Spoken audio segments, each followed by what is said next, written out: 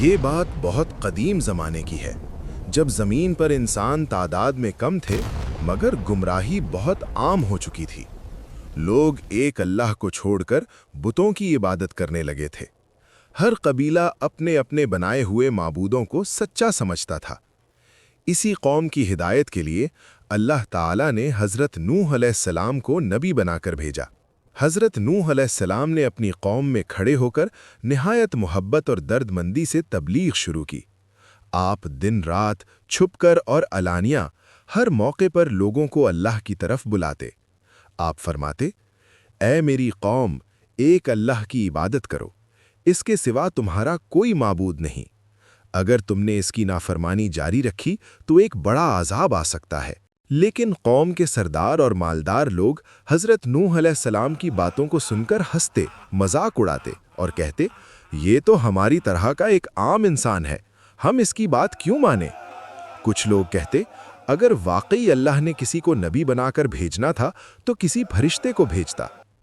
سال گزرتے گئے، دہائیاں بیت گئیں، مگر حضرت نوح علیہ السلام صبر کے ساتھ دعوت دیتے رہے۔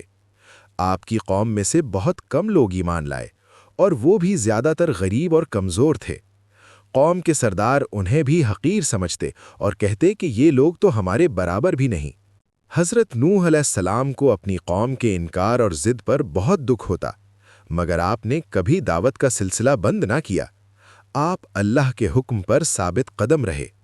ایک دن حضرت نوح علیہ السلام نے بارگاہ الہی میں عرض کیا کہ اے اللہ، میں نے اپنی قوم کو ہر طرح سے سمجھایا، مگر یہ لوگ ہدایت قبول کرنے کو تیار نہیں۔ تب اللہ تعالیٰ کی طرف سے حضرت نوح علیہ السلام کو وحی ہوئی کہ اب اس قوم میں سے وہی لوگ ایمان لائیں گے جو آ چکے ہیں، اس کے بعد کوئی ایمان نہیں لائے گا۔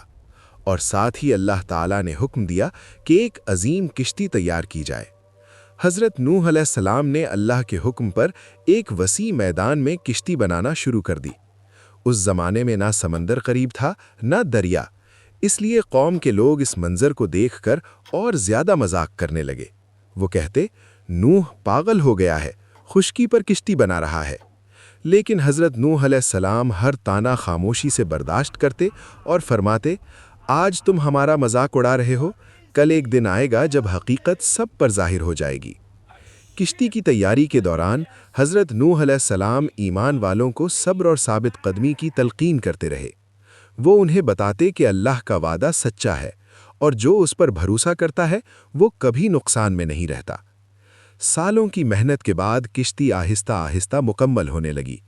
یہ ایک عام کشتی نہیں تھی، بلکہ اللہ کے حکم سے بنائی گئی ایک عظیم نشانی تھی۔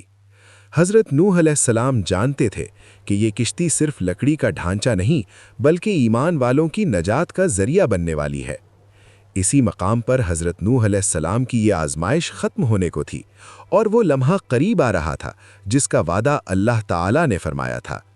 لیکن وہ ایک الگ واقعہ ہے جس میں عذاب کا آغاز ہوا۔